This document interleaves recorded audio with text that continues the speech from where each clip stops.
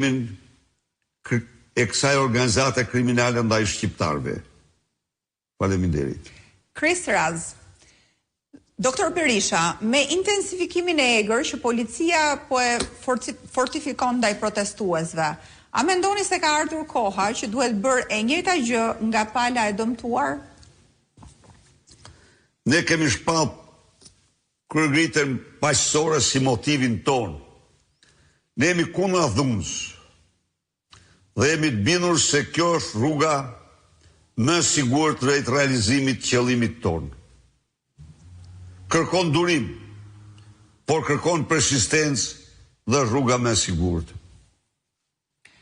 Mariela Gjata, rasti i fundit i goditjes një grupi kriminal që trafikonte kokainë tregoi se ata kishin investuar në biznes dhe kishin marrë 70 milion euro tender nga qeveria, madje edhe për shkolla. Pra, një grup që trafikon kokainë ndërton shkolla dhe çerdhe, apo përdoren paratë e buxhetit për të pastruar paratë e drogës dhe apo financohet ngarkesa kokaine me paratë e buxhetit? Faleminderit.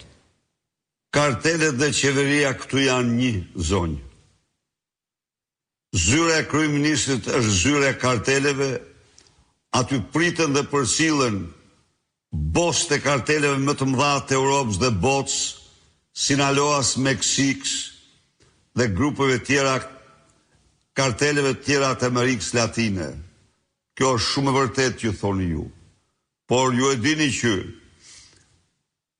Edi Rama kishte një koordinator për grupet për kartelet drogës dhe e ka përsëri Ergjys Agasin i cili thuhet se më shumë rrin Surrel se sa në Xhavzotaj, por natyrisht beteja jonë nuk është pa fruta.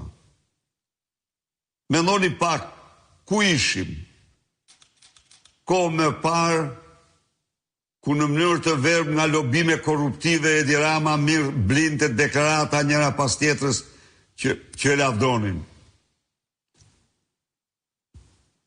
Gradualisht Edi Rama do shtrohet në turp për të takuar me te.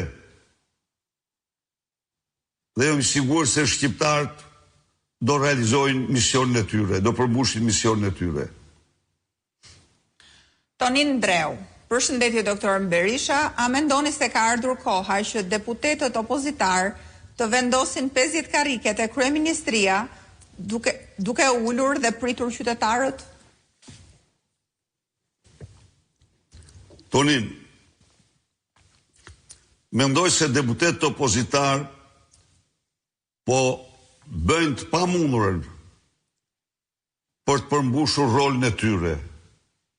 Si në parlament, ashtu dhe në protesta, ashtu dhe në bazë. Të gjitha format e protest janë të mundshme, por duhet të ndjekim ato që kanë efekt më shumë.